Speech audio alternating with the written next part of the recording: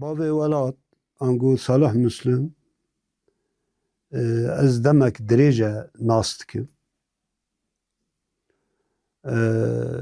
صالح مسلم لترکیه خوانده بو جبوه سیاست ترکیه وسا دشوپان فقط تفگر ما نیز دا ناس ندکر پشتی ناس کر شون و به تایبت هشتی و سیان دا بریبه راپور هفدیتن کر شون ده وسا وکی بیریار خود دا دی به تفگر را بمشه وسا پجران جوی چاقه و شون و گلک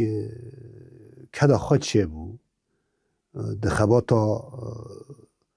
آزادی کردستان دا حوالی صالح مسلم نه یک جاره پر جاران بر ریبرا پورا آخفیه به تلفونه به هف دیتنه وسا نیزدان ناس کر جبوه ریبرا پودگو جبوم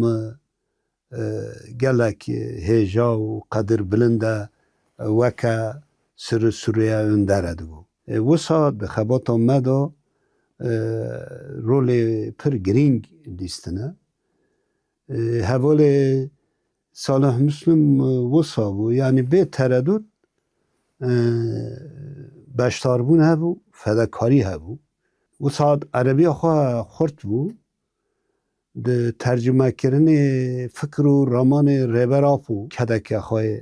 مزن هبو دست پیک لکوبانی هم ده خبات ایدئولوژیک ده هبو هم خبات سیاسی هم جی خبات ریخستنی ده هبو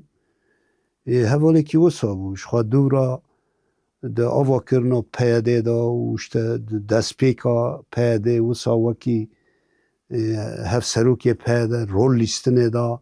ده سیاست کرد دا دیاک خواه چه کر کدک دا صالح مسلم نه کسی که وکی سوز قادرو پارتی دایی بو لی وکی قادرو که شورش گشتی بو و قادرو که شورش دخبتی نها دوا چارچوه دا کسی دخبتن هر چار پارچی کردستان هنه